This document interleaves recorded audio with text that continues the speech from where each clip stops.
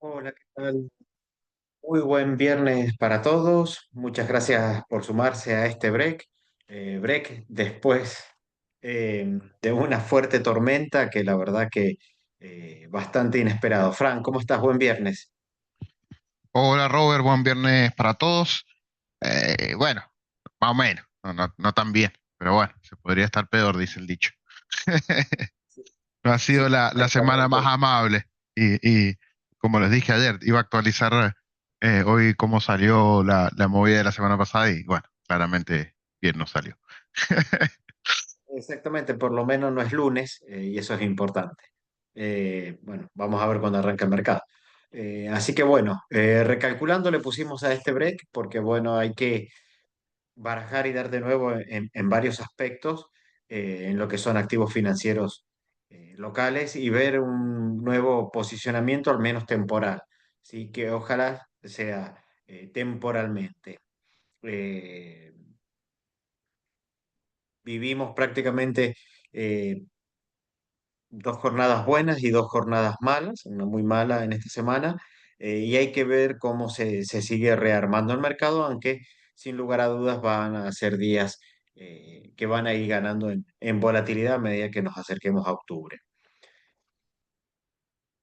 Vamos arrancando con la presentación. Bueno, tuvimos un resultado eh, inesperado, ¿sí? No sé si se ve bien, Fran, por las dudas, porque teníamos dudas Se si ve se estaba viendo perfecto. bien. Sí, sí, sí, sí. Bien.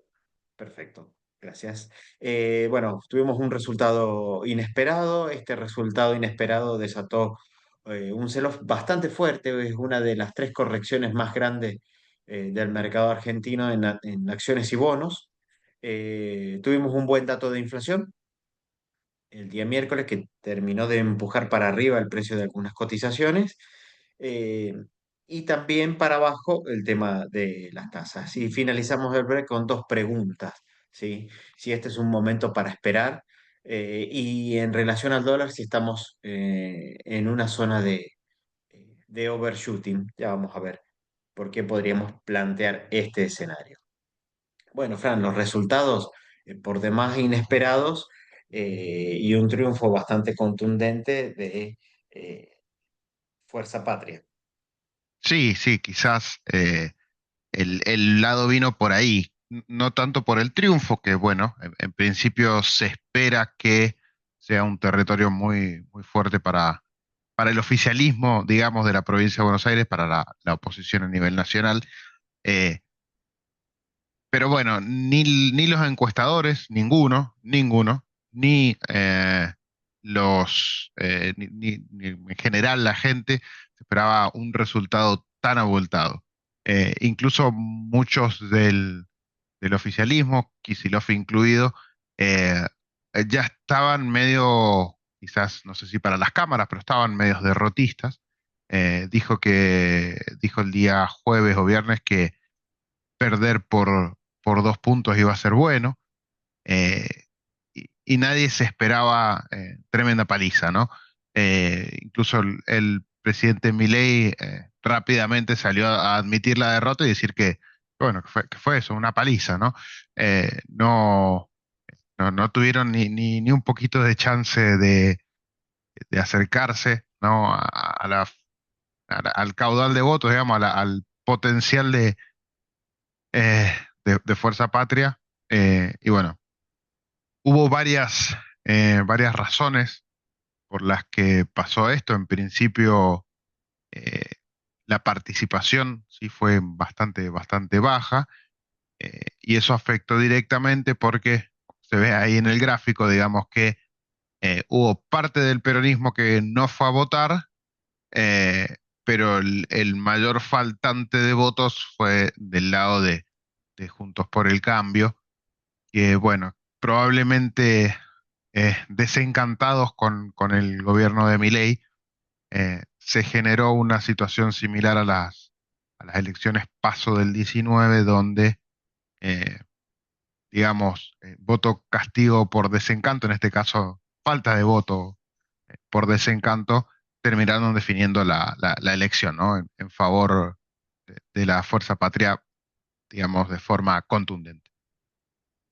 Y ahí lo que nosotros hablábamos ayer bastante es que si bien una elección presidencial o de gobernador contra una de medio término no son directamente comparables, al peronismo le cayó mucho los votos, pero la libertad avanza no. ¿Sí? Con lo cual ahí pareciera ser que hay un núcleo más duro de votantes, más enfervorizados, y ahora hay que ir a buscar a los que no fueron a votar, que sería, en términos generales, obviamente en una simplificación de análisis, junto por el cambio. Ahora, esta derrota evidenció problemas internos en la Libertad Avanza muy fuertes que todavía se están discutiendo, eh, y que también marca la necesidad de una apertura política, primero el interior de la Libertad Avanza, en su otra facción, la facción más alineada a Caputo y no tanto a Karina Milei. También una apertura política a lo que era Juntos por el Cambio o al PRO, fundamentalmente se está empezando Ahí, a hablar algo de eso. ahí, Robert, te voy a hacer la aclaración. El Caputo que nos referimos es Santiago Caputo y no Luis, el ministro de Economía, ¿no? Que es el armador político de la Libertad Avanza. ¿Sí? Claro, sí, exactamente. Y una apertura hacia los gobernadores. Lo que sí hubo ahí con respecto a Caputo, a Toto, a Luis Caputo, es un blindaje al equipo económico. Sí, eso nunca estuvo en duda, siempre. Si pensamos en la elección de 2019, el resultado eyectó al ministro de Economía de Job. En este caso, si hay alguien que no está cuestionado, es el equipo del Ministerio de Economía y del Banco Central. ¿Sí? Eso es una particularidad bastante fuerte que marca un poco que acá el problema fue más político quizás que económico, aunque no hay que descartar que, bueno, ha sido un plan de ajuste bastante duro, más allá de que no se podía esperar otra cosa eh, de cómo se entregó a la economía en el 2023. Pero bueno, este fue el resultado inesperado que provocó una caída de acciones aproximadamente entre el 15 y el 18% promedio, los sectores menos golpeados cerca del 10, menos 11 aproximadamente, y los más golpeados, quizás hasta un poco más por encima, en algunos casos, los bancos, ¿sí? Los bonos en función a la duration y a la legislación, y dentro de todo el peso se defendió como pudo, Fran. Sí, quizás ahí es donde el plan económico en sí y, digamos la falta de pesos en circulación más se vio, ¿sí? Estuvo claro. Todos, bueno, ya hemos tenido experiencias similares y sabemos que ante experiencias similares eh, el tipo de cambio suele volar dos dígitos cómodo y ahora la suba del día lunes en sí fue de aproximadamente el 4%. Si lo vemos de esa manera, realmente no es que fue digamos, una posición de salida directo hacia el dólar, ¿sí? Sino que fue, bueno, hasta ahora, por lo que entendemos, es una salida de, digamos, posiciones locales y esperar a ver qué pasa, ¿sí? Eh, ha habido mucha liquidez en el mercado en estos días, se notó en la tasa de caución y bueno, y otras cuestiones que hizo el Banco Central también que afectó a la tasa de caución hacia la baja, pero se ve que estamos todos en una posición de esperar, ¿sí? O todos, el mercado en general está en una posición de esperar, porque se vendió todo y hasta ahora parte ha ido a letras, pero entendemos que gran parte debe estar bastante líquida todavía. Y no se terminó de ir todo al dólar, ¿sí? Esa quizás es la parte importante y donde el Ministerio de Economía hizo un muy buen trabajo. Y ahí, sin lugar a dudas, que el dólar solo se haya movido entre 3 y un 4% el día lunes, es un evento por demás positivo. Eh, y lo vamos a ver, hay que destacar que la plaza estaba bastante seca de pesos. También hubo un proceso de dolarización en el camino. Y pareciera que el mercado decidió desprenderse más de activos argentinos, tanto en bonares globales y acciones, ¿sí? El golpe es bastante grande, estamos a nivel de índice Merval, estamos más o menos a niveles del primer cuatrimestre del 2024, ¿sí? La caída en algunos papeles, sobre todo bancos, en este proceso ha sido bastante fuerte. Lo veíamos, si no me equivoco, fue el viernes pasado o el anterior que comparábamos los rendimientos del Merval versus Brasil, versus Estados Unidos, versus China. Y la verdad que como que hay un trade a favor, pero obviamente la política no está ayudando y eso hace que eh, se descorrelacione, ¿sí? Un cierto optimismo mundial con el optimismo de los activos locales. Y por el lado de los bonos, y ahí lo vamos a ver, algo puntual para tener en cuenta, para empezar a analizar, nosotros lo empezamos a masticar internamente más profundamente hacia el día martes, y han comenzado a ver otras voces, otros analistas financieros más o menos con el mismo tipo de incertidumbre por el lado fundamentalmente de los bonos. El buen dato, Fran, el dato que hizo quizás dar una gota más de optimismo y empoderar un poco más al Ministerio de Economía fue el dato de inflación que salió el día miércoles. Sí, efectivamente, el dato de inflación fue muy bueno, dio 1,9% respecto al mes anterior, em, donde se consolida, digamos, esta baja de la inflación, ¿no? Bueno, no es baja la inflación, está desaceleramiento de la inflación, sino después se enojan. Y sí, la verdad que fue un dato bastante alentador, se esperaba, en general se esperaba que fueran peor, ¿sí? Que fuera por encima del 2%. Entonces, que diera menos fue un buen dato. Es el cuarto mes seguido que da menos del 2, ¿sí? Marcando una tendencia bastante firme.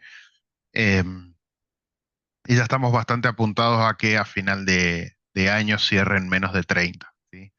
Recordemos que el 2024 eh, dio, si mal no recuerdo, 117% la inflación anual. Es una baja significativa, ¿no? 4 veces menos inflación es significativo. Em, Sí, sí, perdón, Fran, lo que veíamos el viernes pasado con el REM es que la inflación interanual del 2025, o sea, la inflación anual del 2025, va a estar rondando el 28-30% aproximadamente, todavía más abajo del interanual actual. perdón, Robert, se me cortaron los auriculares. No te alcancé a Bien. escuchar el final. No, decía que lo que veíamos el viernes Ah, pasado, que el REM hablaba de una inflación entre el 28 y el 30%, aproximadamente era sí, menos de 30, pero pongamos 30, todavía por debajo de la interanual actual. Obviamente esto sí, vamos a tener que seguirlo con el escenario septiembre-octubre y ver cómo eso termina claro. de pegar. Sí, todavía digamos que estamos acá contabilizando el mes 8, ¿sí? Faltan 4 meses, y la inflación acumulada hasta ahora, como se ve, es 19,5, ¿sí? Eh, si siguiera todo en torno al 2%, claramente hay bastante margen, eh, y debería cerrar en eso, 28 aproximadamente. Digamos que tendría que darse un escenario de poco de caos, ¿sí? Posiblemente lo veamos algo en contexto de elecciones, pero entendemos que, como comentábamos recién, eh, la solidez del plan económico esta vez hizo de colchón, ¿sí? Para que, más allá de los mercados más financieros, digamos, no pegara tanto en la economía real, ¿sí? En el precio del dólar y demás. eh, Posiblemente se pueda mantener no voy a decir con facilidad, pero se pueda mantener este, esta tendencia y bueno, terminar en esos números que comentaba, cerca del 28%. Sí, y ahí el dato de inflación el día miércoles terminó de animar a los mercados y desató una suba bastante generalizada. Y se conoció el dato de la licitación, Frank, que vino con un buen porcentaje de roleo y tasas más bajas de lo que se venía convalidando.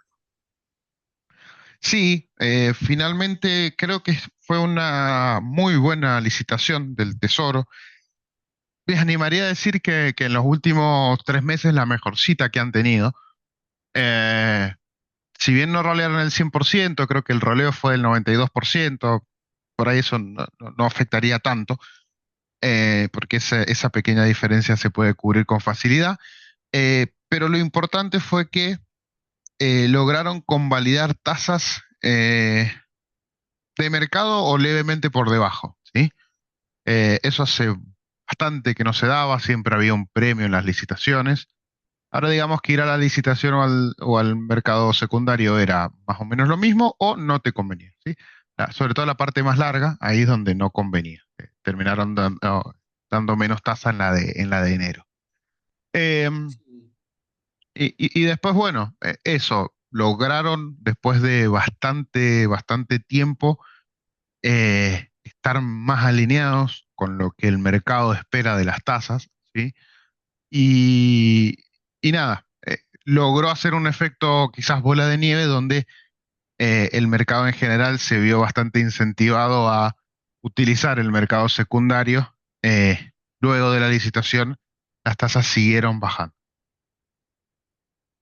Sí, ahí, Fran, como vos recién mencionaste, acá está en el cuadro de la derecha, ¿Mm? la tasa de caución bajó bastante.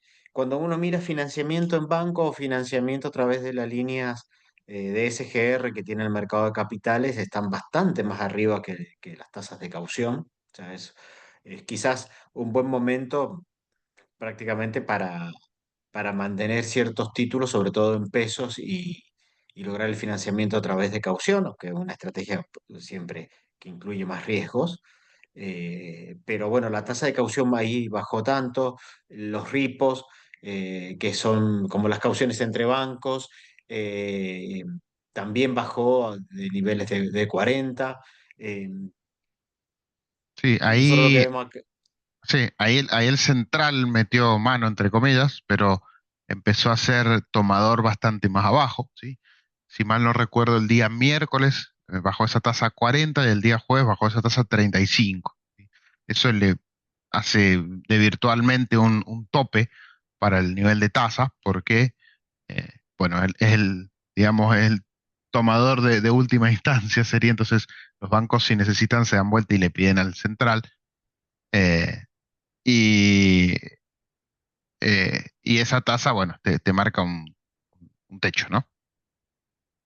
Sí, ahí dentro de lo que salió, nosotros vemos bien esto de Tamar más 2 porque el Tamar, bueno, aunque recortó bastante en el día de ayer, pero estaba por encima de Sí, 60 ahora un poquito por debajo de 60 más 2 das una tasa anuales bastante interesante. La deuda ser en este nivel de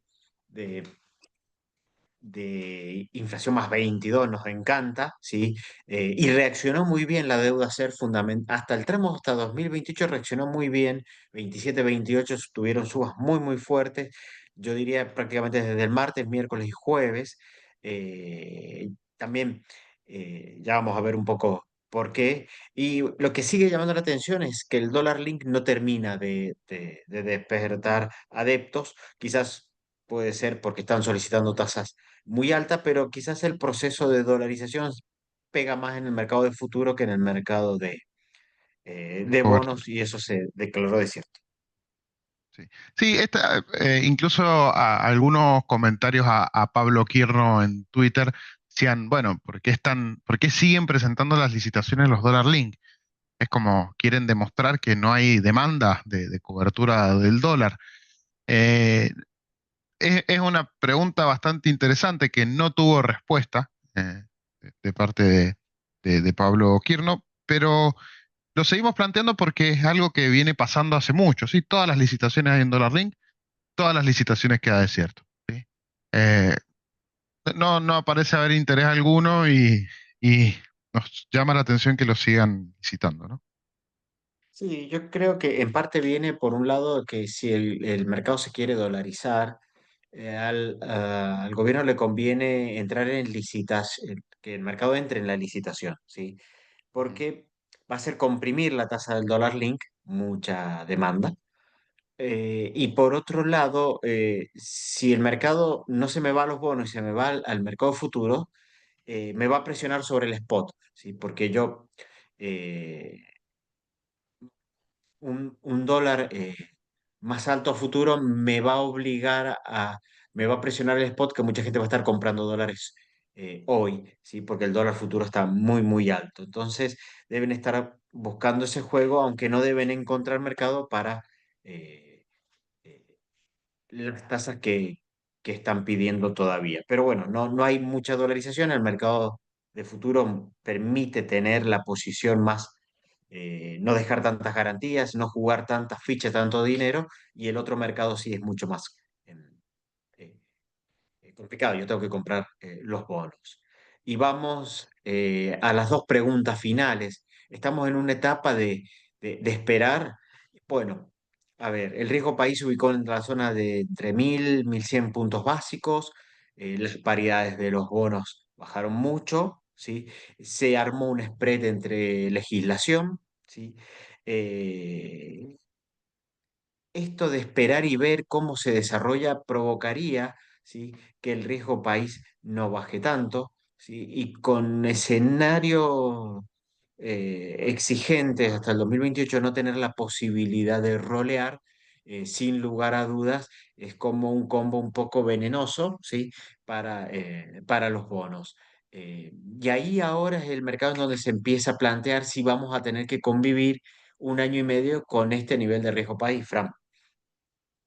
Sí, en principio esto sería muy malo porque el gobierno no tendría chance de salir a buscar financiamiento, ¿sí? Nuevo financiamiento, financiamiento fresco, a mercado de capitales y no a prestamistas de última instancia, digamos. No pueden, van a tener que seguir acudiendo en caso de necesitar dinero, FMI y demás, organismos multilaterales, ¿no?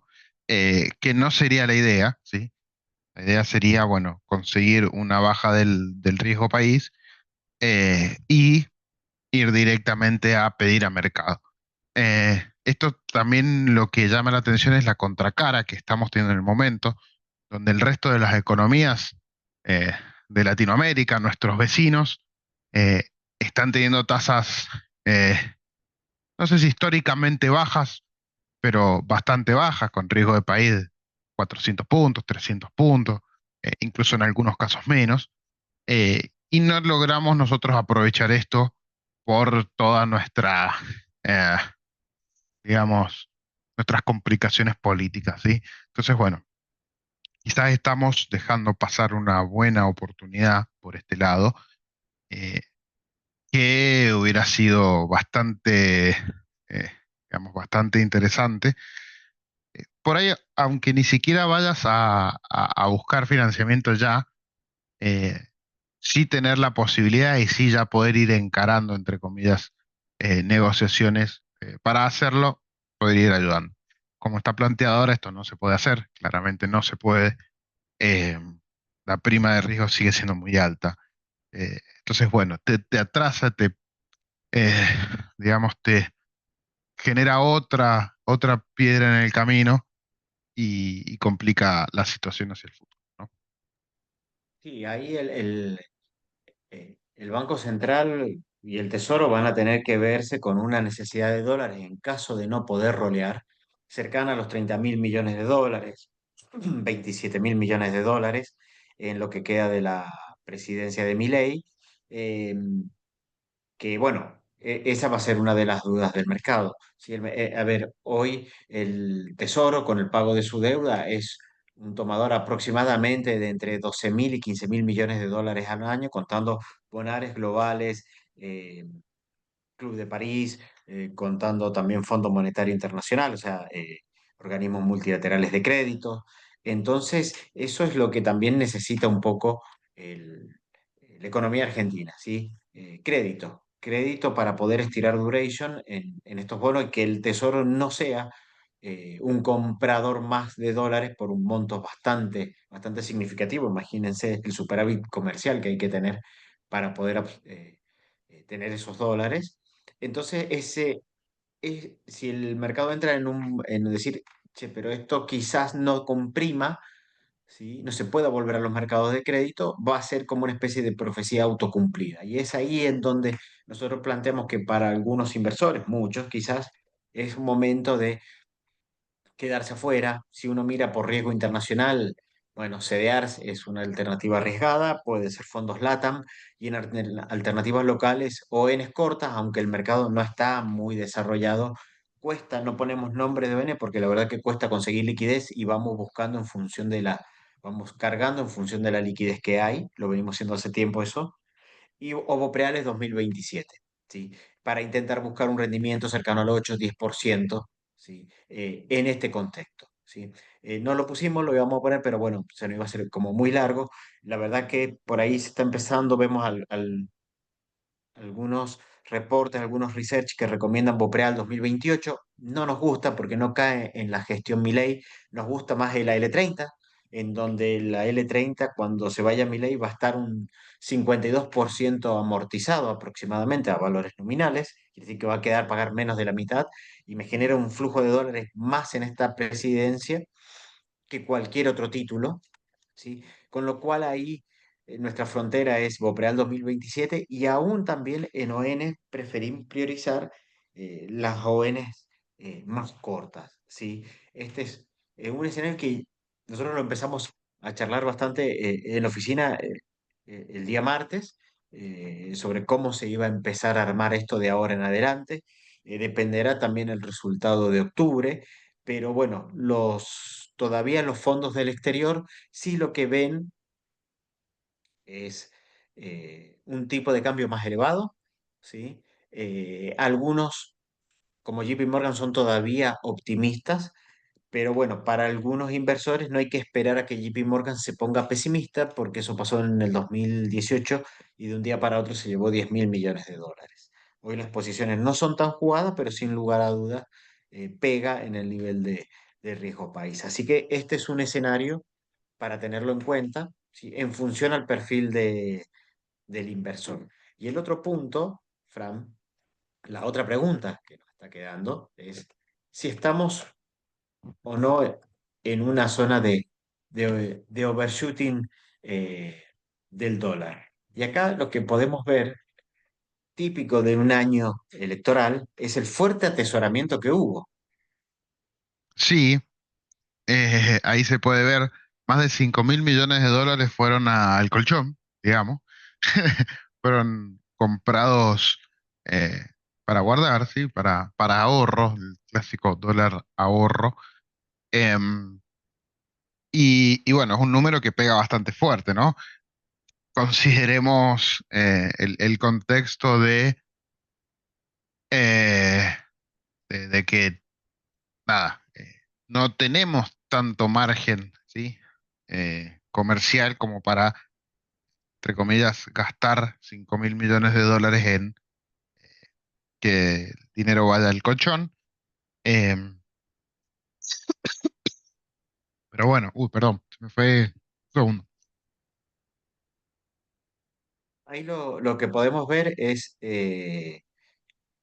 básicamente cómo a medida que aumentó, ¿sí? La liquidación del campo, a medida que entramos eh, en el segundo trimestre, en abril, mayo, junio, eh, cómo también fue aumentando el atesoramiento. Es prácticamente como que el campo liquidó dólares y el campo compró dólares, ¿sí? Este nivel de atesoramiento que estamos viendo es cercano a 10 puntos del PBI, ¿sí? Entonces acá lo que algunas mesas se plantean es este nivel de demanda de dólares, de dolarización, no se puede mantener. Entonces podríamos estar en presencia eh, de ir a un overshooting, ¿sí? El gobierno eligió el camino de evitar eso, ¿sí? Subiendo la tasa e interviniendo dentro de la banda, y probablemente eso lo deje de hacer y podamos ver de acá en adelante un overshooting en el dólar, ¿sí? Es decir, una subida Ah, del dólar que pasado ese proceso de fuerte demanda que hace subir el precio, vayamos a cotizaciones más bajas. Ahora, clave para que se dé esto, si el gobierno deja de intervenir o flexibiliza el tema bandas, sobre todo en la parte superior, es, bueno, cómo va a estar dado el excedente comercial de acá en adelante, sacando los temas estacionales. Este proceso de reversión de atesoramiento tiene que ir disminuyendo pasado el proceso electoral, ¿sí? Es que esto es clave, o sea que también es clave un buen resultado electoral. Eh, Tienen que volver a ingresar los dólares financieros, ¿sí? Los proyectos que se pueden haber parado tienen que volver a reactivarse y el gobierno en lo posible tiene que, lo que mencionábamos antes, lograr el roleo de deuda, lograr bajar el riesgo país, ¿sí? Entonces, es una situación un poco en donde, como decíamos recién, puede ser como una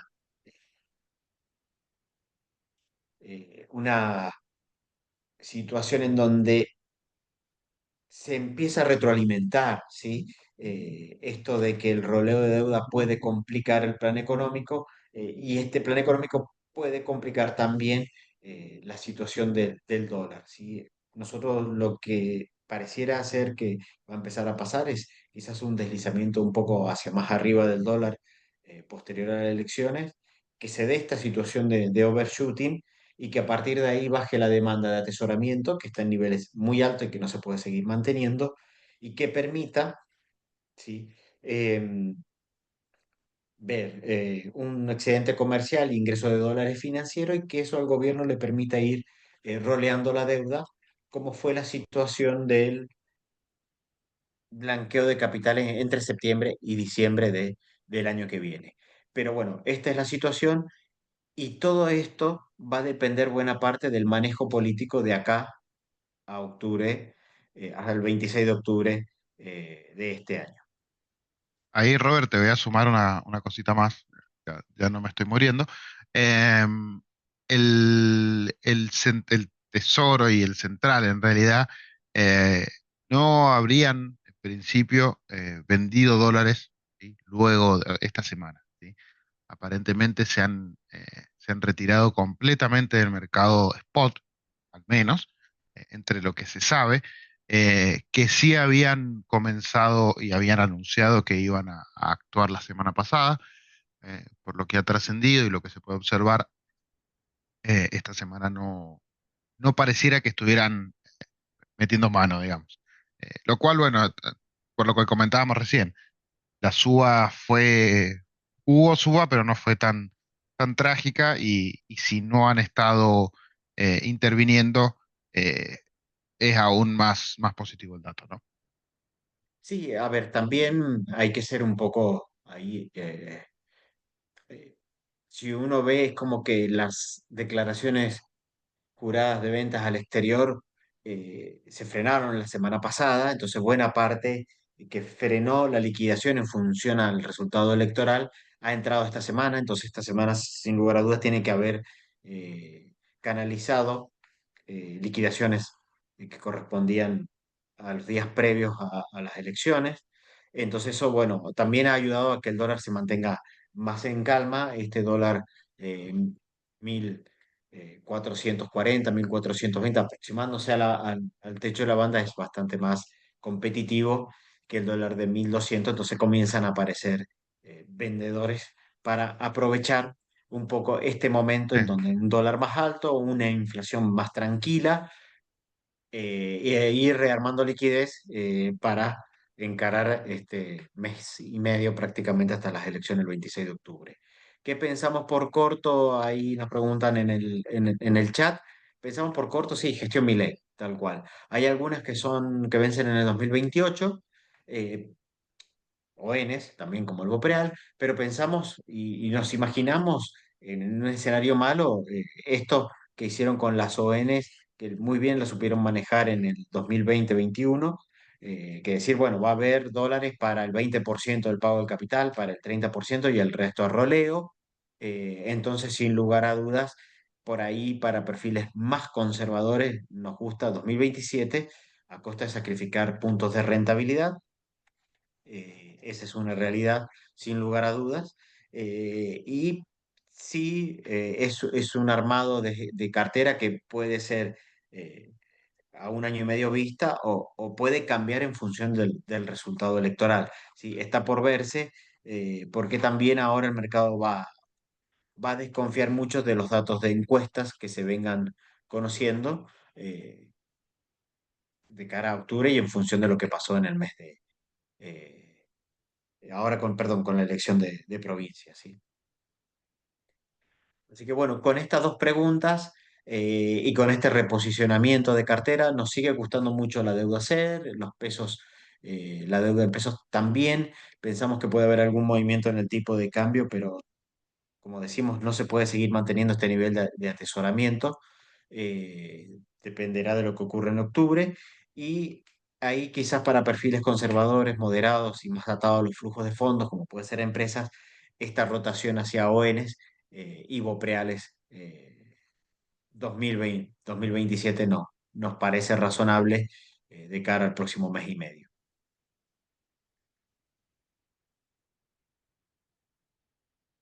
Perfecto. Bueno, Robert, creo que estamos, a pesar de todo, a pesar de que fue, bueno, una semana complicada, eh, sobre todo para los activos nacionales. Ahí estoy mirando que hoy están abriendo levemente a la baja también acciones y bonos. La magia de que el mercado ahora a 10:30 ahora. Podemos ir tirando un spoiler de cómo pinta la jornada. Eh, pero bueno, veremos el viernes que viene con novedades seguro y a ver cómo nos fue, ¿no? Exactamente. Bueno, muchas gracias por sumarse y los esperamos el próximo viernes. Muy buen fin de semana. Chau, chau.